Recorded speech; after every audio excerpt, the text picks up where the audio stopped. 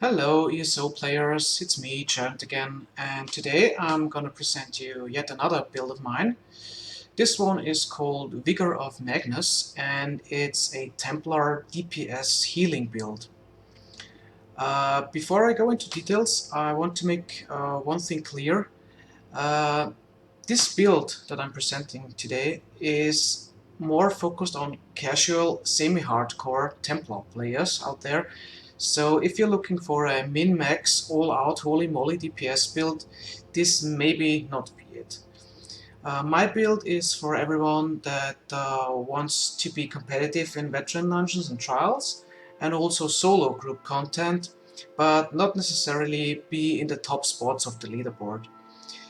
If you are still interested, please watch this video and learn how to solo group content like Arena 1 and 2 of normal mode Dragonstar Arena, as well as Craglorn content with the help of my build Vigor of Magnus.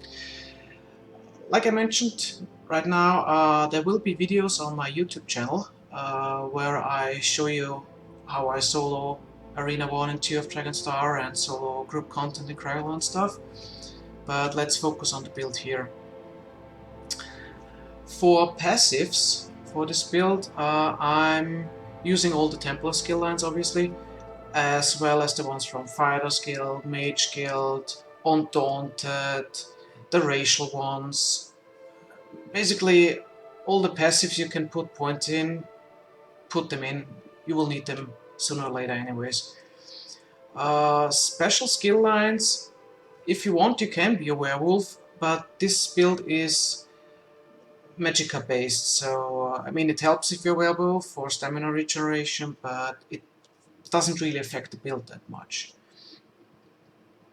With Vigor of Magnus, it is possible to be an effective DPS as well as a healer in veteran 4 group dungeons and also in trials. So let's get into more detail.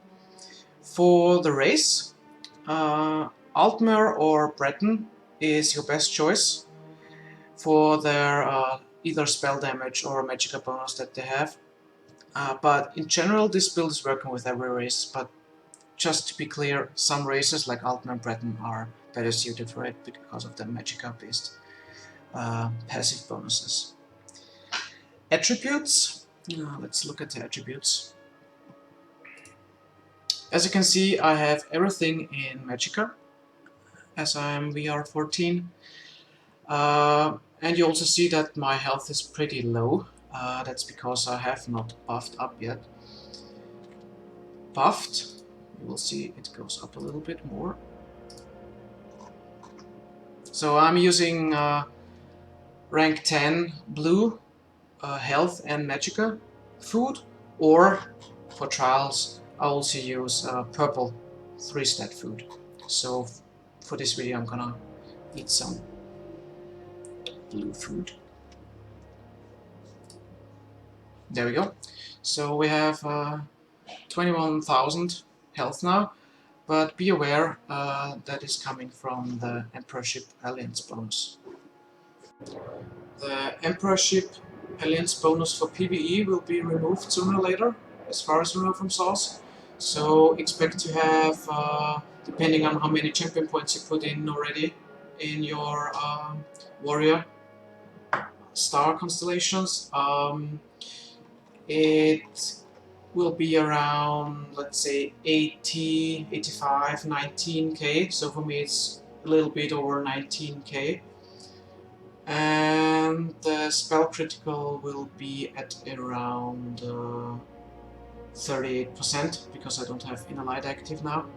If I'm activating it, it's 38%. It's not much, granted, but I can solo group stuff nonetheless. So let's say it's fine.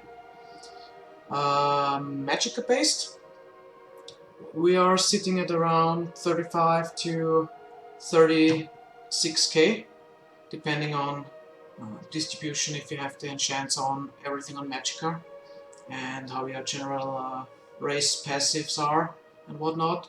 So expect to see around 34 to 36,000 magicka.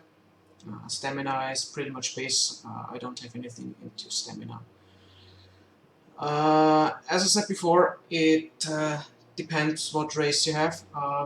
If you want more magicka, if you're, for example, playing a red guard or some of those classes that have stamina bonus, you can change your Mundus stone, because I'm an Altmer, and if you are Breton, for example, then you can stay with Apprentice. It increases your spell penetration. If you need more magicka, you can change it to the Mage. Be aware that sooner or later, with the next patch or a patch afterwards, the Mundus Stones bonus will be changed. So if there's an update, I'll maybe update the video on it. So, but for the moment, if you are a magicka based race, then you can stay on the Apprentice. Otherwise, you can take it, but you can also stay on the, or select the Mage if you want to.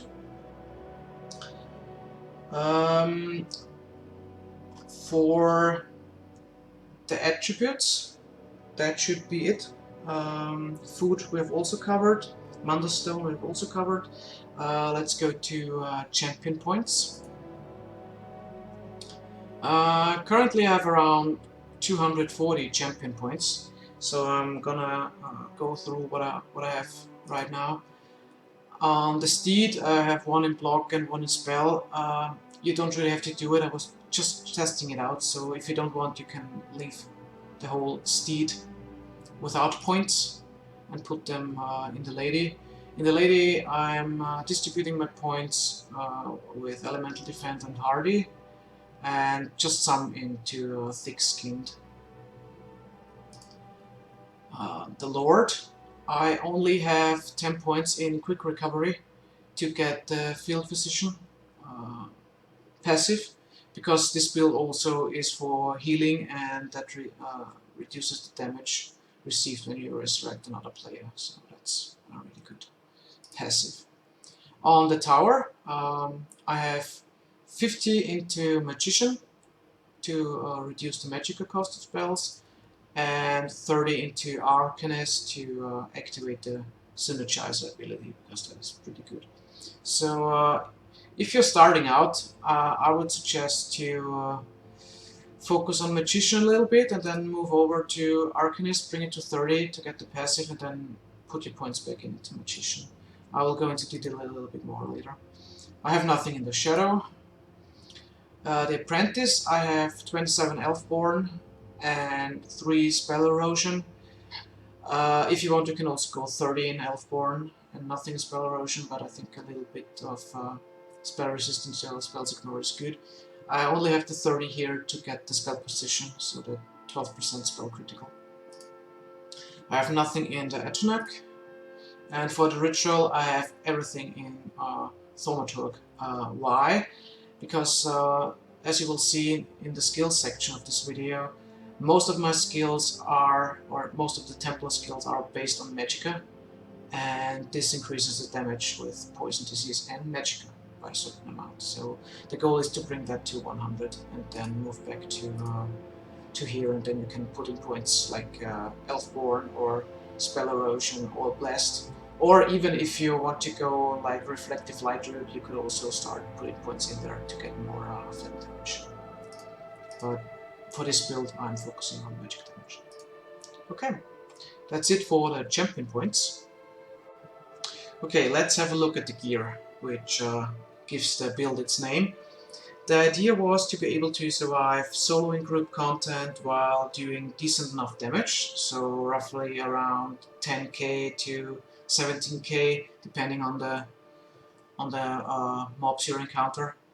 If you're lucky, you maybe get even more. But still be a viable healer in endgame content. All the gear should also be easy to get and not too costly, as we want to please also our casual players, like I mentioned at the start of the video. So let's have a look at the gear then.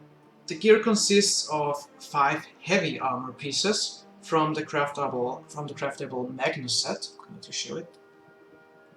Hence the name Vigor of Magnus. The 5-piece set has a chance to negate the cost of a spell, which means you basically have a chance of, in this case, 8% to cast a spell for free. So I have the helmet, I have the armor, I have the boots, I have the shoulders, and I have the pants in heavy. Then it depends what your main role will be. You either are using 4 or 5 pieces of the healer's habit set, or as well as 2 or 3 pieces of the craftable Torok's pact set. So that's normally the swords, but in this case I also have the bracers. For DPS, for the DPS route, I'm using 1 medium armor part from the Torok's pact, which gives me the spell, the bonus for 3 items. And I'm also using the light healer sash to have the full undaunted passive, where I get 6% for using heavy, medium and light armor parts. For the jewelry, I'm using 3 pieces of the healer set also. And for dual wield, yes, this build is using dual wield, I'm using 2 swords of the Torok's pact. And on my offhand, I'm using a Torok's pact staff. In this case, it's still working. If I switch my gear, I still get the spell damage bonus. And when I'm on swords, I'm getting the health bonus too. Just a little bonus, so to speak. For enchantments, I have everything on Magicka enchanted. With the helm is infused, and the armor is reinforced, the pants are reinforced, and the boots are divine, and the Torok pact braces are also divine, and the shoulders are also divine. So I have 3 divines, and the sash is infused. Of course, you could also switch that out.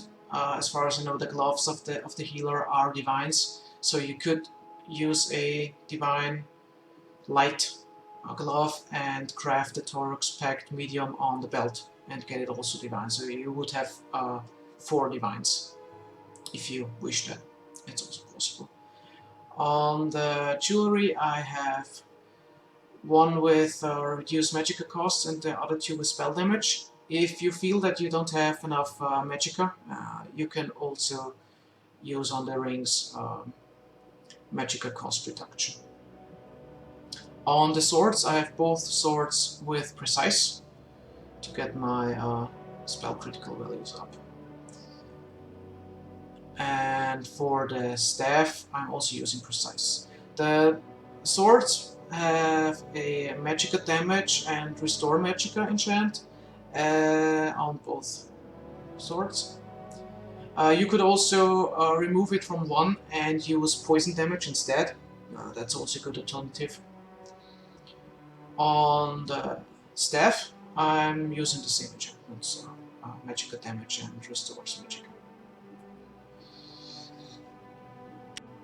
Sneaky as I am, I switched out to the healing build now, which is basically the same. The 5 Magnus are still there, but I exchanged the Torok's pact medium gloves for the gloves of the healer, and now I also have now 5 pieces of the healer set, which gives me the increased healing done by 8%. So I'm now in full healing mode. Because I have lost the Torok's pact, I don't get any bonus from the restoration staff of Torok's pact. Currently, I don't have a master restoration staff, but the optimum would be that you are equipping a master restoration staff if you are going the full healer approach with this build. So of course you can use any healing staff that is good for you, but best in slot would be Master Restoration Staff from Dragonstar Arena. Alright, let's switch back to our DPS here. There you go. Let's have a look at the skills now. So there are possible options for soloing, veteran dungeons, and trial DPS or trial healer. So there are basically 4 options that you can do skill-wise. So let's have a look at it. If you are going for the solo one, it would be this. We're looking at the first bar with our dual wielding. We have Puncturing Sweep. That's our main attack skill. It does decent enough damage and it gives us life back. On second slot we have Channeled Focus, which is the morph, and it recovers 120 magicka every half second, so that's 240 each second that we get back. It also gives you Major Ward and Major Resolve, so you get increased armor and spell resistance. Since we are soloing, I have Breath of Life here. It's basically my oh shit heal if the healing from the Puncturing Sweep is not enough. On number 4 on the bar we have Structured Entropy. It gives us more life as well as Major Sorcery, increasing our spell damage by 20%. It's a really good starter attack, so keep it up all the time. You could also use spell potions that mana potions that give you the same bonus as this. In the middle of the fight it can happen that you just forget it and then you have to switch to that one, but normally normal potions are enough. Normal magical potions are normally enough. And last but not least, Inner Light on place number 5, which basically gives us the critical and also max magicka. And on our ultimate we have Solar Prison. Let's look at bar 2 now. On bar 2 we have Blazing Shield, which I normally don't use that often, just if I have some break in between fights and I have maybe only one mob and I don't have to concentrate much on skill use and stuff. But it's a good in-between skill. Then I have Blazing Spear. It's good to stun enemies like archers and stuff in Dragonstar Arena, but also to basically stun mobs that are close to you, or when the portals spawn in Dragonstar Arena. Number 3 on part 2 is the Execution skill, Radiant Depression, high damage, always good. Number 4 is Repentance, so I get health and stamina back from dead people. Also helps, of course, in groups and stuff, if we go to that skill setup later. And, of course, Inner Light again. I have Solar Prison here, which is basically something that I will replace now, because it's Crush and Sweep. Crush and Sweep is actually a pretty good skill. If you have Thaumaturg from the champion points, like you saw before, active or at a high amount, then Crush and Sweep is a pretty good skill. It has only a very low ultimate cost and it does very high damage. So the more points you put in Thaumaturg, the higher your damage will be with the skill. And it even rivals with Meteor. If you have like 70 points or higher in Thaumaturg, it's pretty much the same damage as Meteor. So, but at the cost of 72. So you can guess that it's over time based. So if you compare it with the cost of Meteor and the cost of Crush and Sweep, not one Crush and Sweep is better. It's just if you see it over time. then Crescent Sweep is on par, if not better. Okay, let's have a look at the DPS only bar. That's basically if you are in veteran dungeons or veteran trials and you're only DPSing and no healing whatsoever. So on bar 1 we have our standard punch and sweep. We have channel focus again. On 3 we have solar barrage. That's basically our AoE skill for close range. Sanctum Ophidia mobs before Manticora or Ethereal Archive the mobs around, so that's a good skill, plus decent damage. And it also grants you power even on the skill itself, so that's pretty good. Structured Entropy and in the light. Let's see, bar 2. Bar 2 is basically our range bar for DPS, so we have Reflective Light, we have Radiant Depression, we have Blazing Spear, Repentance, and in the light.